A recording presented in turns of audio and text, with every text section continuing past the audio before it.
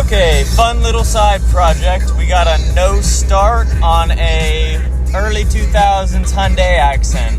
Let's hope it's something more interesting than the battery, because swapping out batteries is boring. We're in the Hyundai. Let's see what it does. Ooh.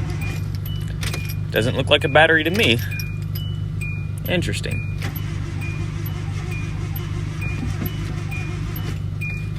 Okay, let's go check that out. So, tried some starter fluid, switched all the important relays over, still no luck, but ran codes, no codes, but this key fob doesn't seem to be doing anything. So I think it's a simple case of an aftermarket immobilizer, whatever a Viper is. So I'm gonna see if that was working in the past, and maybe that's not what's working now, and then we'll replace some batteries probably. Current theory is that it jumped timing and therefore is not making any compression. So let's test that theory.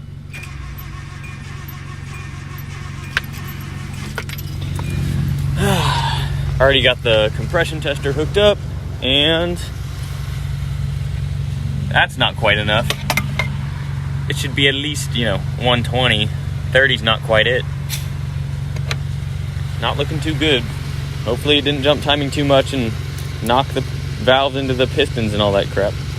So, final word on that Hyundai. Basically, they let me know after that before I got it, it had overheated. So, I can't run a head gasket test unless the motor's running, but they brought it to a mechanic, and the mechanic said that the motor was toast. So I think it blew the head and bent some rods and all that good stuff. Wish it was a battery.